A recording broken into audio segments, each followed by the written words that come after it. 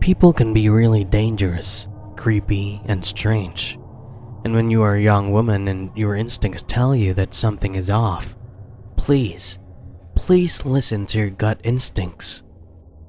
This is what I discovered in the scariest possible way when I was 18.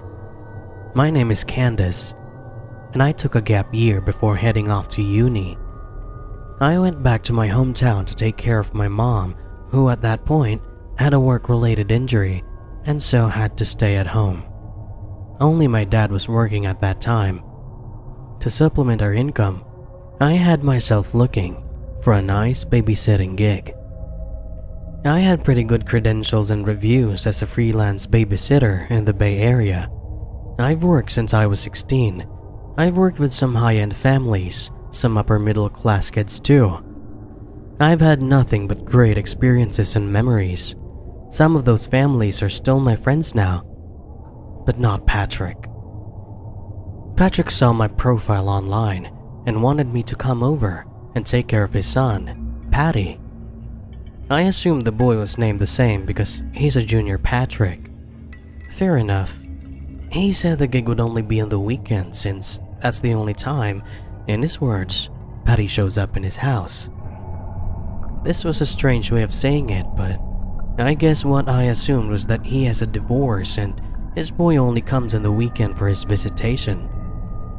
There were no red flags at that point, and I'm not gonna lie, the pay per hour was significantly better than any other job requests in the area. I was definitely in. I drove to Patrick's house that Thursday morning. It was in a well-off suburb, just 30 minutes away from me. The lawn looked really unkempt. Tall grasses and lawn ornaments ominously strewn all around the front yard. Don't they have a homeowners association here? I asked myself. This looked really ugly and disheveled. A stocky man who looked to be in his mid-50s opened the door. Immediately I was welcomed by the putrid stench of the house. This was very strange for the neighborhood, which seemed really nice. Anyway, who am I to judge? I'm used to slobs. My roommate back in college was too. So I happily went in. The house was messy and unremarkable. Patrick started really warmly. He greeted me and asked if I want anything to drink. I said water was fine, but I could get it myself. He held my knee and told me that I shouldn't worry and he will get it. That sudden physical contact kinda took me by surprise. It wasn't creepy yet. It was just surprising. Maybe he's just a naturally touchy person. I looked around the house. I immediately noticed one obvious detail. There were no pictures of his family. Instead, the walls were adorned with the heads of deer, moose, and other animals that I assumed he hunted. As an animal lover, this kinda creeped me out, but hey, I don't really want to judge. The thing that really freaked me out were the taxidermied animals on his fireplace. There was a creepy taxidermy monkey whose neck and head are only loosely connected by wire. I tried not to look at it. What was really bothering me was that, for a supposedly loving dad, he has zero pictures of Patrick Jr. Every one of the dozens of families I've ever worked with had pictures of their kids adorning the walls, refrigerators, and living room. These were major red flags for me. I shouldn't have ignored them. He came back with the water, and he started interviewing me. He seemed really impressed by my experience as a babysitter. He asked if I ever changed diapers. Yes, of course. Have I ever fed a child with a bottle on my lap while he's trying to sleep? Yes. That is part of the job, especially with really young kids. Have I ever breastfed? I'm sorry, what? My eyes widened at the question. I was a babysitter, not a wet nurse. Creepy question, honestly. He got really defensive at this, saying it was just a question. I was honestly ready to leave at that point. But I reminded myself that he's paying above everyone else. Then, Suddenly, like a switch, he turned nice again and apologized if he offended me. I said it was fine. We agreed on all the terms. He brought out a contract.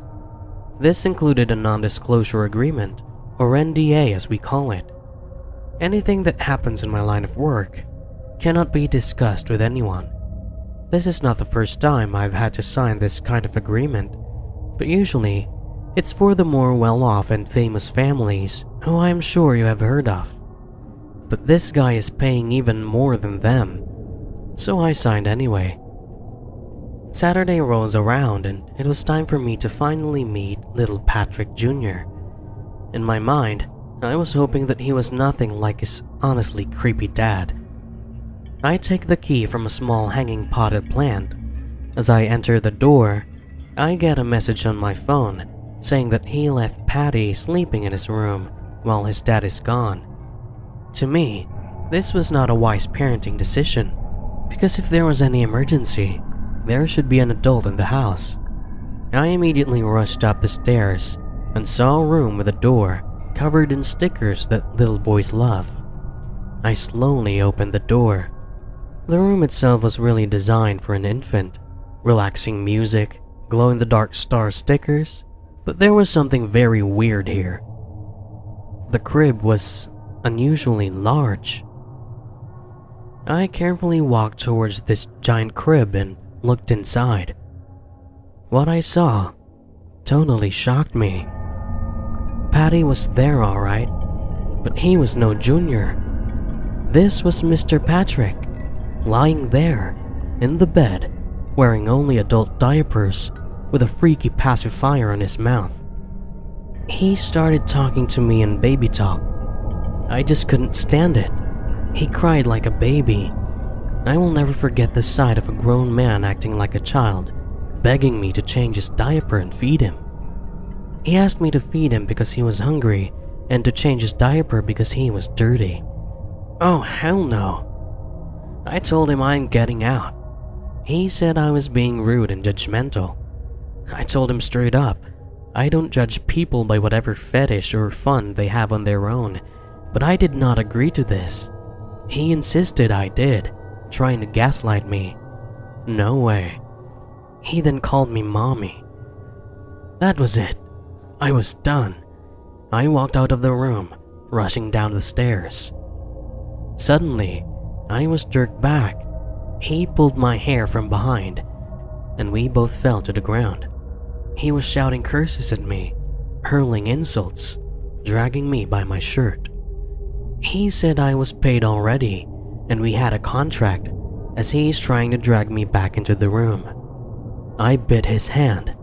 He recoiled in pain as I tore off a piece of his skin and quickly crawled down the stairs. My mouth now has the metal taste of this disturbing man's blood. I ran and ran, to no particular direction. I looked back at the house. I don't think he went out. After all, he was in diapers, but I saw him, hiding behind the curtain of his house like the creep he was. I had considered whether to file charges against him, but I was worried about whatever it was I signed. I didn't have the money for lawyers. Instead, I just filed a restraining order and blocked him from all social media, changed my numbers, and hoped for the best. Every once in a while, I would get a random threatening email, calling me the B-word and the other insults he hurled at me. No matter how many times I changed my account, he manages to find me.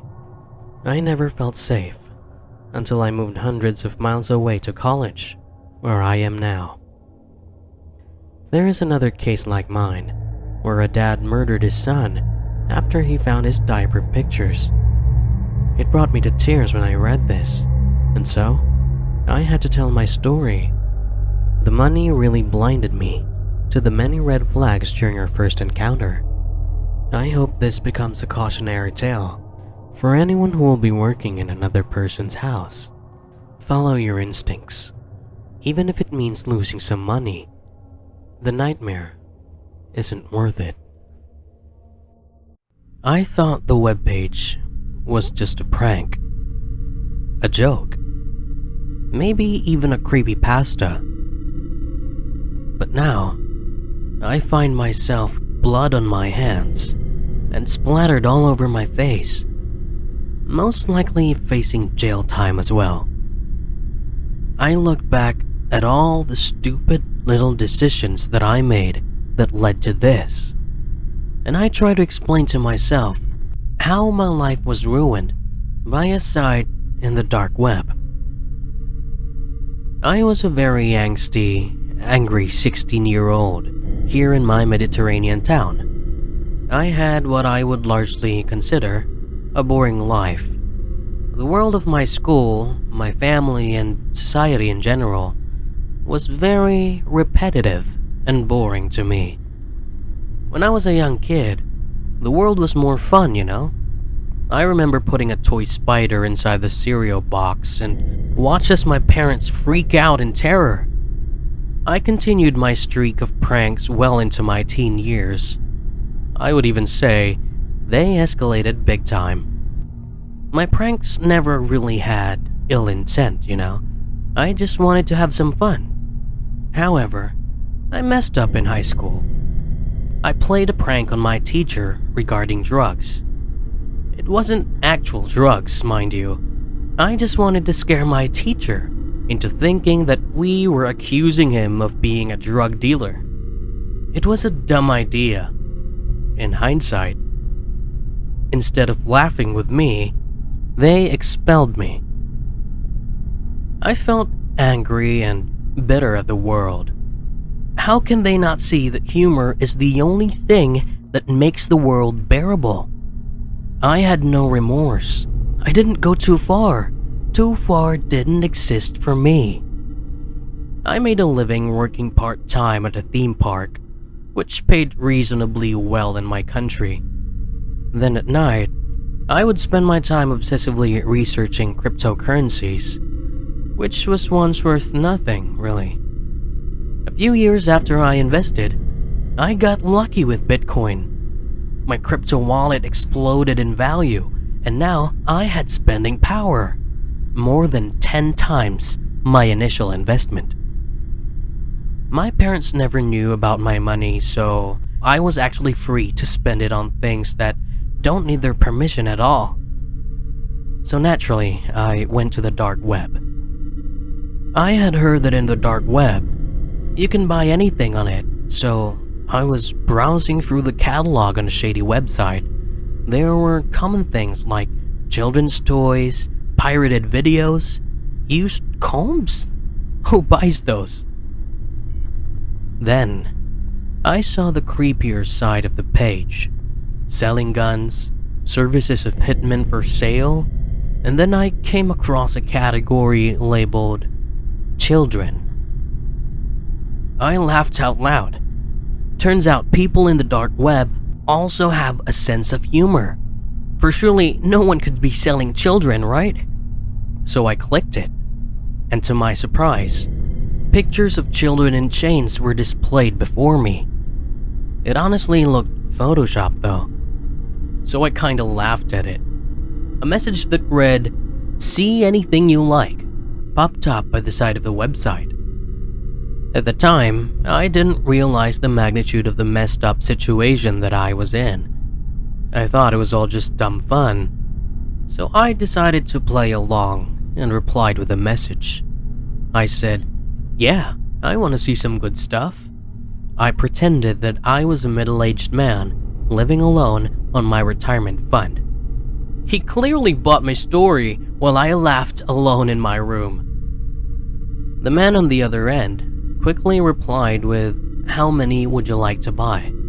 I began to laugh, as I thought he couldn't be serious about this, so I responded with, "All of them." The man then replied with, "That's a lot of money. Do you have all the cash?" Seeing this made me get a funny idea, as I told him, "I'd like to see all the goods first before paying." A few minutes passed and the man on the other end replied with, "If you give a 25% down payment, I can bring the goods, and then you need to pay me the rest in unmarked bills. Now, my country isn't the richest, It doesn't have the most sophisticated intelligence system, and there are indeed a lot of cases of child trafficking. But this was clearly a joke, right? It was a big ask for what is obviously a prank, but I shelled out quite a lot of money from my crypto wallet to make the transaction. He gave me a timestamp in my time zone, 8 p.m. next Wednesday, for the final delivery and payment. He repeated his instruction, 75% of the total cost in unmarked bills. He also said that he will send his guy to ensure that the process is smooth. Wow, this guy is really taking this seriously. I assumed that after I pay the down payment, the prank is over, but no, he kept going. I respect this dedication to a joke. Or at least that's what I thought it was. My family was out to watch some cheesy, locally made romantic comedy. I just wasn't interested. And besides, today was the day my supposed package would arrive. 8 p.m. rolls along and nothing happened. 8:30, still nothing. I got bored and started playing Among Us on my PC. While I was typing insults to people, I heard the sound of a van leaving our street. Then, I heard what sounded like clanging sounds in our backyard near the shed. I go out to our backyard, I turn on the lights, and I froze. Absolutely horrified. There were 3 kids there, 2 boys and a girl, all around the age of 10. They looked battered, starved, and dirty. As I walked closer to them, I realized that one of the children had a bloody note pinned into his skin using pushpins. I got close enough to read the words on the paper that read, "As promised, the goods have been delivered for inspection. Get your money now. We'll be back in 30 minutes." I began to have a mini breakdown as my 16-year-old mind couldn't handle it. 1,000 questions run through my mind as I asked myself, how did he find my address? And what am I going to do with 3 kids? As I stood there, baffled, I finally realized that I had gone too far, because while I thought what I did was just a stupid joke, I didn't think that I was actually playing with dangerous things that I couldn't control. Before I could even decide on what I was going to do next, I heard my parents roll up into the driveway, so I panicked and took the children by the chains and led them to the shed at the back of my house.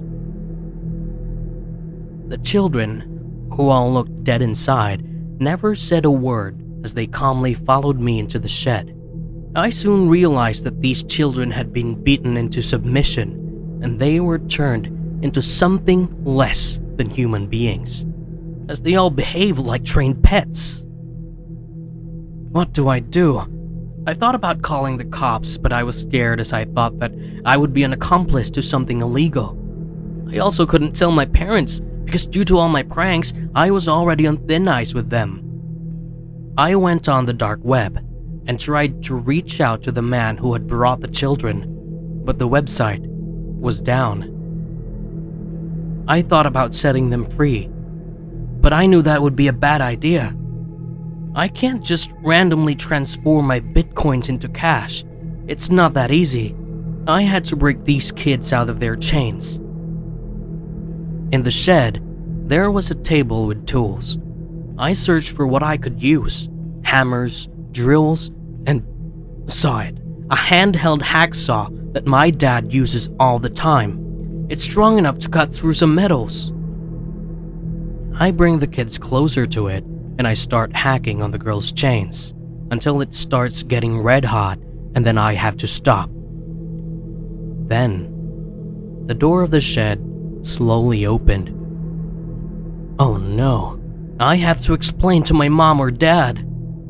I turned around and there was a man in a hoodie. He asked me, "Where is the man who ordered the goods?" I remember that I claimed that I was a middle-aged man, I had to fess up to my crime. I said it was me. The man then looked at me in annoyance and said, "Don't make me laugh, kid. Call the owner and get out of here before I get mad." I then replied with, "It was me. I'm serious. I was just playing a dumb prank and I never thought all of this would happen, so..." Before I could finish, the man cut me off by saying, "So you're telling me that you're the one who ordered these goods, and the whole thing was a prank?"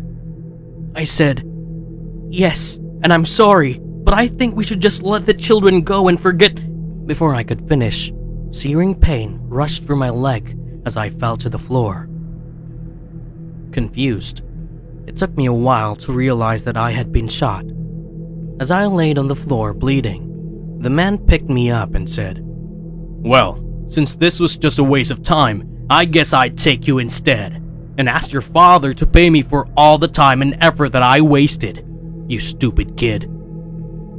He bent down to get me, holding onto the wound, causing me to scream in pain. I knew I was a goner. Then, I saw it. Chains wrapping around his neck. He screams as the chain was still red from getting hacksawed. The little girl, bless her soul, was trying to strangle him. The two other boys, mustering any strength they had left in them, joined in, and now 3 kids were doing it. He struggled and struggled, hitting the table, causing a hammer to fall. Despite the pain in my now bleeding leg, I crawled to it, grabbed the hammer, and swung it at the guy's face, over and over. Now, I find myself, blood on my hands, and splattered all over my face.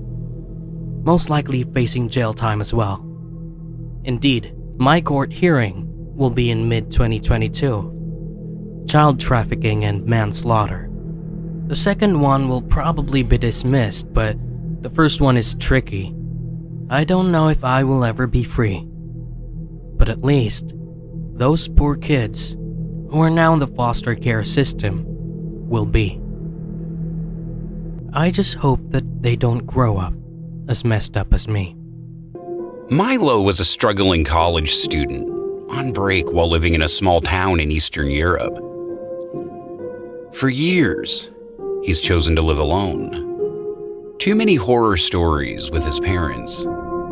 His living conditions were pretty horrible. A cramped little apartment. But he had one asset going for him, his looks. He was young, handsome, and athletic. During the day, he worked at a small grocery in town, carrying deliveries and stocking them in the storage. Then at night, he earns most of his income online through Onlyfans. Little did he know at that point that this would lead to the most horrifying and bloody experience of his life. He was fairly successful and would portray a very different life in social media, pretending to have more money, the latest gadgets, and being able to afford travel. His friends have not discovered his account yet, but his parents did. His mother called him on the phone and had a massive blowout. She chewed him out with insulting terms, saying that he was depraved and immoral. He's reminded why he cut them off from his life, even if they were well off. Milo's content was edgier than most. He would use candle wax on his chest. He had an assortment of handcuffs, chains, and whips. People paid good money for this kind of play. Lately, his most loyal paying customer was a man who goes only by the name Kyle.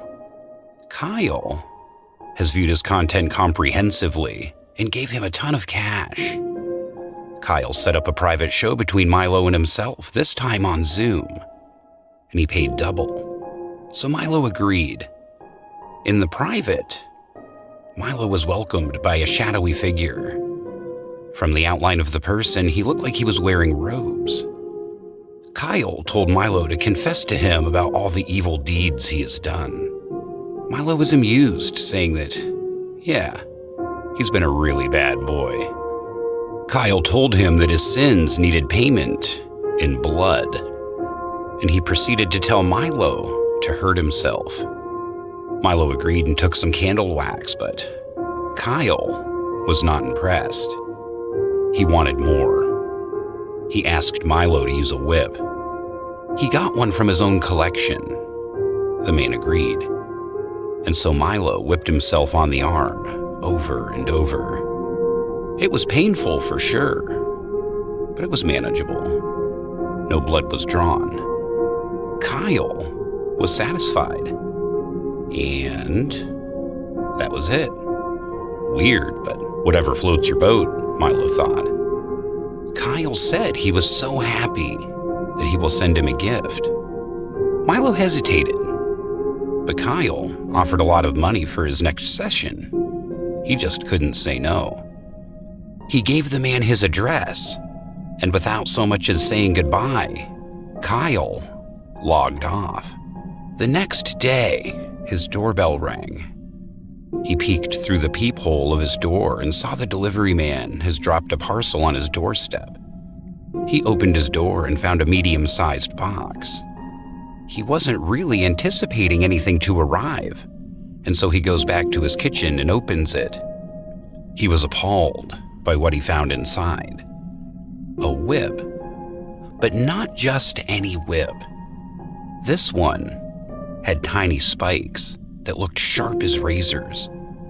There were even nail-like implements attached on the object. A weird symbol of an eye engraved on the handle. It was so surreal that Milo thought it was a joke. But then he sees that under the box there's a small envelope. Inside was money. Lots of money. Enough for him to pay his rent for the next 2 months. With a note saying it was just a bonus and promising that their next session would be very lucrative for him. Milo realized that this was serious. He really needed the money, and this job will probably solve a lot of his problems. Yet at the same time, he's terrified. While he does enjoy some pain during play, this was something else. That night, he stood in front of his computer, hesitating, nervous. But he does it. He turns on the PC and starts the show. He goes half naked in front of the camera. Kyle is still in the shadows. So, Milo does it. He holds the whip up, and with Kyle's prodding, Milo says he's repenting for his sins and whips himself. The pain shocks him. The nails digging into the flesh, tearing some of the skin off. Milo tells Kyle he probably won't be able to do this. Kyle responds by offering him even more money. He whips himself again. The pain makes him accidentally jerk back, causing an even bigger laceration on his skin. Blood begins dripping down his back. He whips and whips and whips. All the while, the money is rising as his back becomes almost entirely red with blood. A few more hits and the pain becomes unbearable. He shouts a curse word at Kyle, who recoils on his seat. Kyle admonishes him for his foul language and tells him plainly, sacrifice is needed to wash away sins. Even from the old days, pain was needed to repent. Milo looks at the floor and, horrified to find a pool of his own blood there. He's slowly getting dizzy. He curses at Kyle, calling him a sick freak one last time, and then calls an ambulance. When he arrived at the hospital, they stitched up his wounds. They were deep and potentially dangerous. He was given a night to recover. Fortunately, he was able to withdraw some of the money he earned from the previous live show. In the morning, he felt a bit better. He woke up to a nice bouquet of flowers from a well-wisher. There was a small envelope which he opened. It said, "Hope you get well, Milo. Here are passion flowers for you." A symbol of sacrifice. Sacrifice. is needed to wash away sins. Milo freaks out. He realized that this freak had his address. He asked the nurse who gave him the flowers, and she said, "Oh, it's a pastor. What's his name?" "Father Kyle." Milo eventually left the hospital and for several days was pretty paranoid alone at home. Eventually, he felt well enough to go back to work. He would always look behind him whenever he would walk home from his job. He felt like somebody was watching him or following him. Maybe he was just being paranoid. That night, he took a sleeping pill because he was suffering from insomnia. Then, he was suddenly awoken by a strange sound. It was like chanting, or maybe even singing. Regardless, it was very eerie, clearly in a foreign language, maybe Latin. Milo, groggy from his sleeping pill, sat up in bed, confused. He slowly walked to the door. He looked through the keyhole. It was the most unnerving sight he had ever seen. A small crowd of people, clad in white, singing, chanting, and praying outside his door. In the middle of the circle, their leader, what looked like a man in his mid-50s.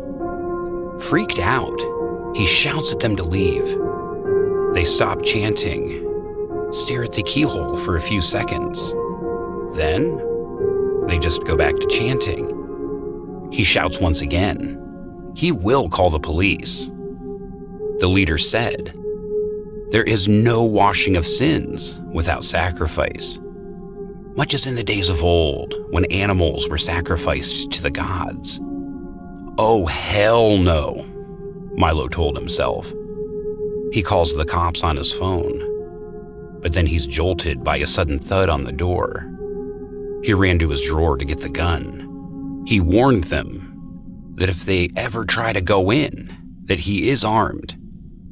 They sing as they hit the door, and with the beat, hits the door loudly, trying to break it down. The latches started getting loose. This cult is getting closer and closer to being able to enter. As the door slams open, the cultists flood into his apartment. He fires his gun at the ceiling. This knocks some sense into some of the cultists and they scramble away, leaving the leader, who introduces himself as Kyle, who said he was a family friend. He explains to Milo that he's not there to kill him, just to cleanse him of his sins. The sin of displaying his body online. Milo shouts that this is his body, and he should be able to do whatever he wants. Kyle said it's not about the body, but the soul. He points the gun at Kyle's head, but Kyle moves forward anyway. He points the gun at Kyle's body, but Kyle moves forward anyway. He points it at the head. This time, Kyle hesitated, thought about his options, and turns around to leave. As he leaves the room, Milo sees a jeweled ceremonial knife on his belt. As Kyle turned around to leave, Milo shoots him in the leg. As Kyle rolls on the floor in pain, Milo mocks him, saying, "You said yourself, pain is needed to repent." The police eventually arrest Kyle. Their investigation found that they operate a fringe cult with a temple at the slope of the nearby mountains.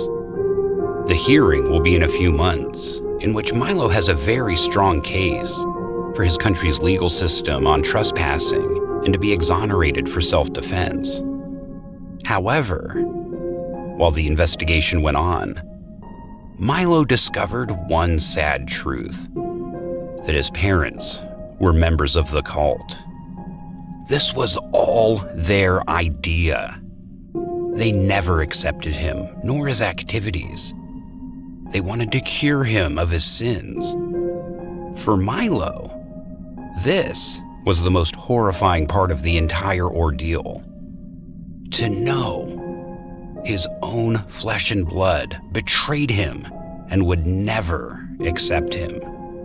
He vowed to forever cut them off. I'm a monster. I said that to myself as I held the bloody hammer in my hand. What have I done? I asked myself. How could a simple trip to the dark web lead to this?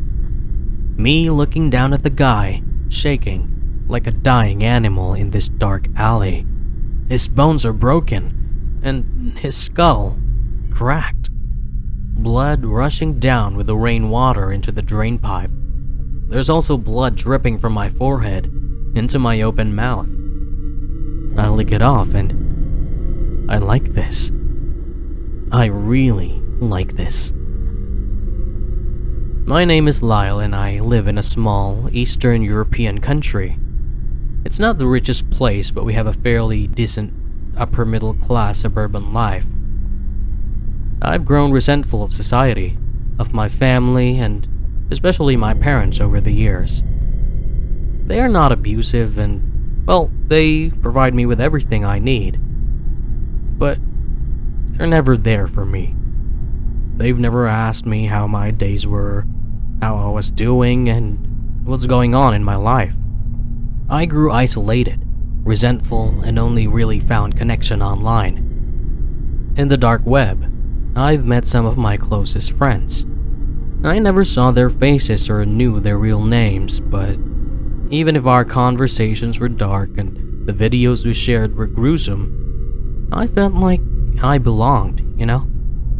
One of my long-term friends in the darknet chat rooms referred me to an awesome-looking page. It was called IRL Beatdowns. In real-life beatdowns. The page looked really polished, more than most would-be real pages on the dark web. Though I had to pay $20 for my crypto wallet to get in. What I saw on that page was the most shocking thing that I've seen while on the dark web. It was dozens and dozens of more or less the same kind of videos from different places in the world. The setup is the same, you know. A man or several men wearing hoodies and masks would set up a hidden camera in an isolated alley in cities all over the world. Sometimes the camera is a GoPro attached to their head for first-person point of view. And then they would reveal a weapon they had. Some of them carry a baseball bat, some a lacrosse stick, and some carry a metal pipe covered with cloth. They would walk quietly into the dark alley. They would find the first person they encounter, casually talk to them, just small talk like, "How are you?" or "What time is it?" and, other stuff. Usually it's either a young boy or an older man, mostly homeless. And then, as the victim turns around, they bring out the weapon and proceed to hit them. In the leg, in the arm, in the shoulder, over and over and over. Big, massive thudding sounds. You can actually hear it in the recording. The sound of screaming, the sound of bones being broken, and the unmistakable sound of laughing from the sick men who are performing this for money online. The truth is, they never kill the person, just injure them, break a few bones, and make them bleed. They call it a prank. This is not a prank. This is straight up assault.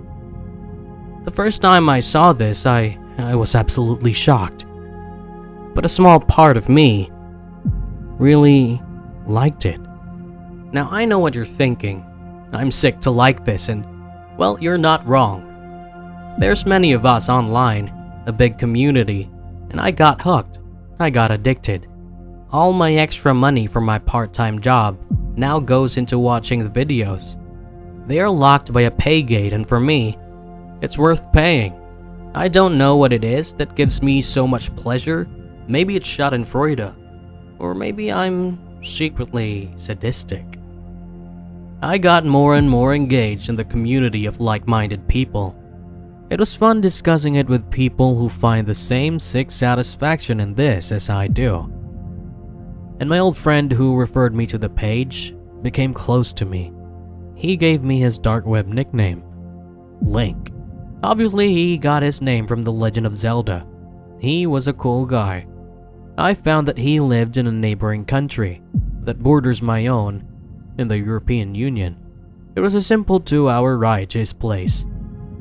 Then, he gave me an offer that truly intrigued me. He told me that we could get paid to participate in IRL beatdown videos. He said that we could easily make $1,000 and we get to have fun in real life too. I was nervous, but I was also very interested.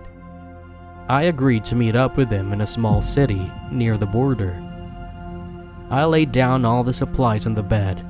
I had a ski mask, inspired by Jason from the Friday the 13th series. I picked my weapon. I decided on my dad's 9-iron golf club. This looked classy and I would believe it would look great on video. I put them all in a small gym bag. That Sunday, I hitched a bus, prepared my EU passport, and traveled to the city. I was nervous, of course, but also with adrenaline rushing through me the whole trip. I arrived at the city and met up with Link. He was bigger than I expected. He had one other friend who was wearing a hoodie too, like all of us. And basically, he didn't say a single word. It was late in the evening when we moved towards a dark alleyway. I was nervous as hell. I didn't think I could go through with this. A small voice from my conscience is starting to weigh in heavily on me. I go into the alleyway with them. The darkness is starting to engulf us, as the street lights were all out on that small alley. I saw Link set up the camera on the pavement. It was pointed directly at me. He was avoiding little puddles of water in the road. "So, where is our target?" I asked nervously. Link stood up. His serious, expressionless face suddenly had the biggest grin. "He's already here," he said. I had no idea what he was talking about. I looked around and the alley was deserted. I turned my eyes to Link, confused. "Where is he?" Then, I felt it. A sudden, sharp pain in my leg. It was so sudden, so shocking, that I couldn't process what was happening and I fell to the floor. It dawned on me when I saw the other man standing over me, holding a small policeman's baton. He hit me on my lower leg. So, it's true. The victim is already in the alley. It was me. As I fell, I felt the mud on the road cover my hand. Once again, the guy hit me on the leg, while in the distance, Link was laughing hysterically. The man knelt over me and laughed so hard, his face close to mine. I could smell the stench on his breath. I grabbed some mud. I threw it into his eyes and his open mouth. He then gagged and cursed. I managed to reach out for my backpack, knowing full well that there is a golf club inside. I didn't have time to open the bag. I just pulled it, held it, and swung it at his face. The sound of the metal was so loud as it clanged into the bones of his temples and started bleeding. I crawled towards him, opening my bag in the process. I get the golf club and proceeded to beat him over and over and over. Link didn't do anything. He was just filming as I destroy his friend's face. When I was done, the man looked like his face passed through a lawnmower. Some of the puddles of water are red with his blood. I wasn't even sure if he would survive. In my rage, I turned to Link. He was standing up and was holding the camera and a gun in the other hand. There was a long quiet pause. Then, he smiled again. Then casually, like nothing happened, he just said, "Hey man, That was actually a great show. Amazing! Did you know that we got so much money from that? I'll send you both your share, okay? And let's do this again one more time. You're a natural, bro. And just like that, he leaves us alone. I had to get out of there. I was sick to my stomach. It's been 2 weeks now. There hasn't been any reports to the police or anything like that. All I know is I'm now several $1,000s richer. And I can't wait to do this again. And again, and again, and again. Like I said at the start, I am a monster. There's many monsters out there in the dark. And we're all just having a good time.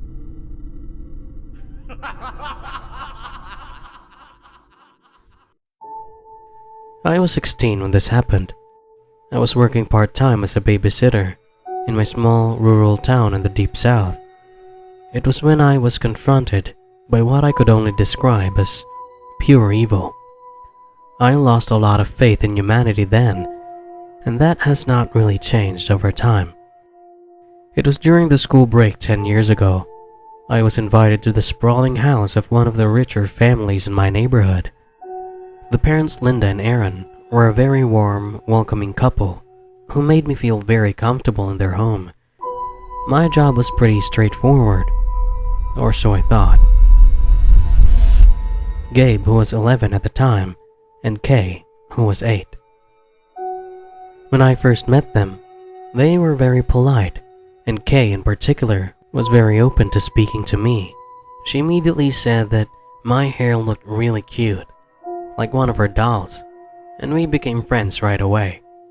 Gabe, on the other hand, was also cute as a button, but had this rather distant sort of empty stare. I guess he was more reserved and just wanted to get to know me first before trusting me. That's fine, I'm used to that. It actually started pretty well. The first few weeks were pretty uneventful. We would go out to the huge garden. They would play tag. Gabe would then play football while I sat with Kay on our afternoon tea party. Then at night, I would bring them up the stairs, tuck them into bed, and that was it. I was done for the night until their parents came back home. Standard stuff. Until we get to the third week of me taking care of them. I was downstairs watching TV, waiting for the parents, assuming that the 2 kids were asleep. I myself was starting to get really sleepy, but something would wake me up.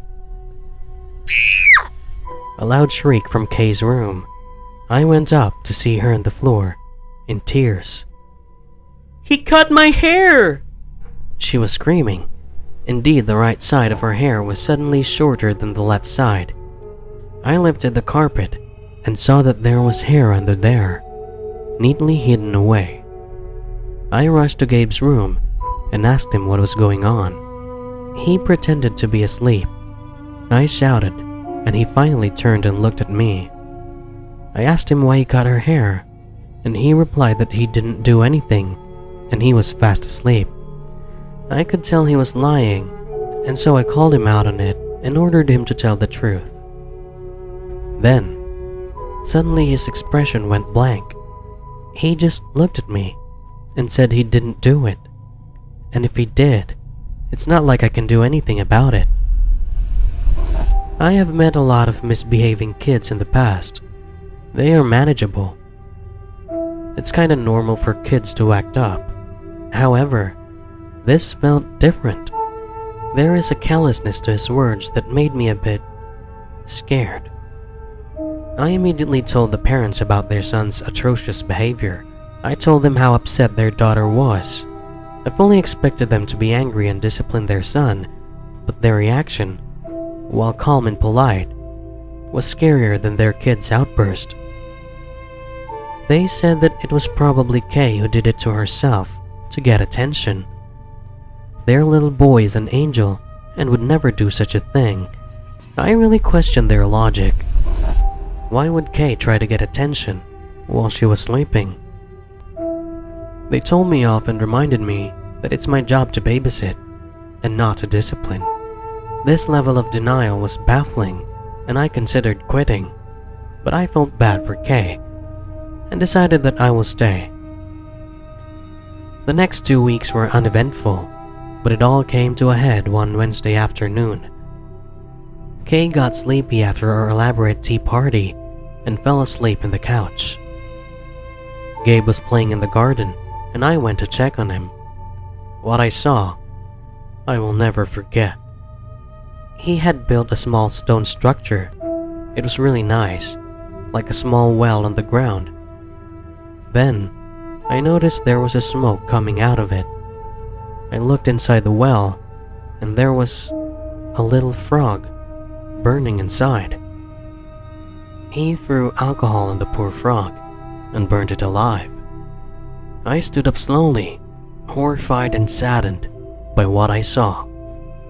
Then, I felt it whoosh by me. The tree behind me made a tearing noise as I saw what almost hit me. It was a crossbow arrow. I looked up, and it was Gabe. He held a small crossbow in his hand, a real one that his dad locked up in his room. He was grinning at me, a nasty, evil grin. I shouted his name angrily and told him to stop. His blank, grinning expression suddenly changed, and he pretended to be apologetic, faking crying and saying sorry. He said he didn't see me there. This little turd almost killed me, and so I called his parents to tell them what was happening. Once again, these people, they just brushed it off. Boys will be boys, they said. They said they will give me an additional pay that day. They called it hazard pay. I did not work as a babysitter to get hazard pay. I quit then and there. The parents got mad at me at first, but then the mom begged me to at least finish my shift until that night. Fine, but I said the next day, I am gone, and if I were them, while the kid is still young, get him into therapy, because there are serious behavioral problems. They said that I have no right to tell them how to raise their kid, and were upset that I would judge their kid's mental state so harshly. I pointed out that he cut his sister's hair, is torturing and killing animals, and nearly killed me. That's like a red flag parade right there. Instead of acknowledging that I had a point, they just reiterated that I can finish the night, get my bonus, and don't ever need to speak to them again. Fine. That night, I was always on the edge. I don't know what else this kid would do. I told Kay secretly that if anything happens, she should just call out to me. I made sure to hide the crossbow in the attic so that Gabe wouldn't find it. I sat on the sofa, anxiously waiting for the parents to arrive. Then, I heard Kay scream again. I ran and saw her tumbling down the stairs like she had just been thrown down. I looked up. There was Gabe, crossbow in hand, another one that his dad owned that I didn't know existed back then. He was pointing it straight at my head. He was grinning with a blank expression. Then, he turned the crossbow, facing the direction of his sister. I was telling him to put it down. He asked me why. What am I going to do about it? I was staring down this crossbow, aimed at poor Kay, who was hysterically crying. Then, we hear the lock on the door open. The parents walk in, and Gabe threw the crossbow at me. I had to catch it. And that's what the parents see. Me, holding the crossbow. Kay crying and the little turd also crying. He ran to his parents, saying they thought there was an intruder. In his story, we heard someone outside. He said I got the crossbow and was trying to protect them. Kay accidentally fell, trying to hide from what we thought was a burglar. But he was so thankful for me, for being there to protect them. The lying came so naturally. It was so frightening. I was just left speechless. I truly believe that then and there, I witnessed a sociopath at work. The parents hugged me and thanked me. and asked me if I wanted to keep my job. Hell no. I got my money and walked out of there. These people are in denial that their kid is a manipulative, evil person.